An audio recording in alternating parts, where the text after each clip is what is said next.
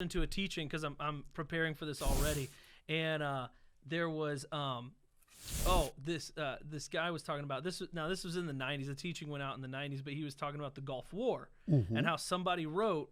There was a book that came out that the Gulf War was the final battle. It was going to turn into the final battle. The book gets published, comes out, and the next day the Gulf War ends. Yeah.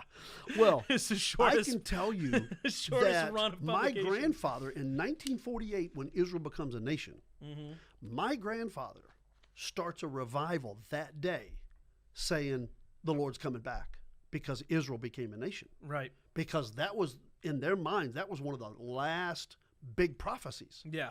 Then in 1988, that was a very successful year for me as an evangelist because a guy wrote a book called 88 Reasons the Lord is Coming in 1988. Yeah, and you didn't capitalize on that. I did not, but all the churches were. Yeah. Because I've never played into a lot of that hype. Yeah. But we literally preached at churches that had the big calendars on the walls, and they were marking off days. Oh, shoot. Because he was coming September 20th, 21st, or 22nd, one of those 3 days. Oh, shoot. And I mean, the whole confidence. Oh, he had a lot of confidence. In order to like zone in and say it's either going to be on these 3 days. Yeah, one of these 3 days. That's confidence. Right I don't have that much confidence in my own birthday.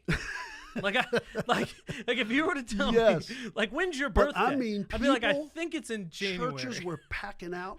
But on the flip side, people were selling everything because the Lord was coming and giving all their stuff away. Shoot. Now, I wasn't connected stressful. with any of those churches, but a lot of there were churches where people actually went and stayed at the church the whole weekend to be ready for the coming of the Lord.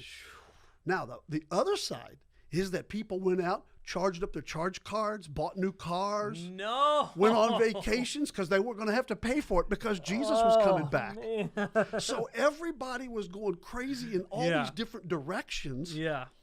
And, and the Lord didn't come back. And the next year he wrote a book that he had miscalculated. Promise to God. I've heard 89 reasons why the Lord is coming back in 1989, and that didn't sell. And the 89th reason was he didn't come back in 88.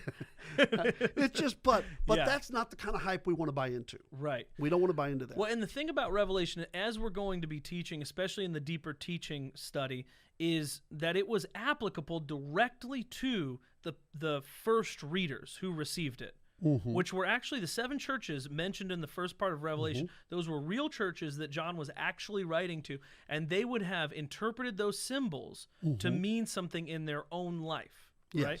And what is built in there is it takes a little bit of the hype away in that all of these symbols will become something. We'll have the great revelation of what 666 means someday, in the mark. But also, it's meant to be more applicable to every generation. Yes, that's why it feels applicable. Is because you talked about this. We are supposed to anticipate the coming of the Lord in every generation, right? And so we're supposed to look at signs and symbols and say, you know what, that could be it. Yeah. Now, that doesn't mean we sell all our stuff. Or go charge up our charge cards. And say it's definitely it because Jesus warned against that. Right. But we should always have a feeling have this that could anticipation. Be it. This could be it. Yeah, just like the warm days.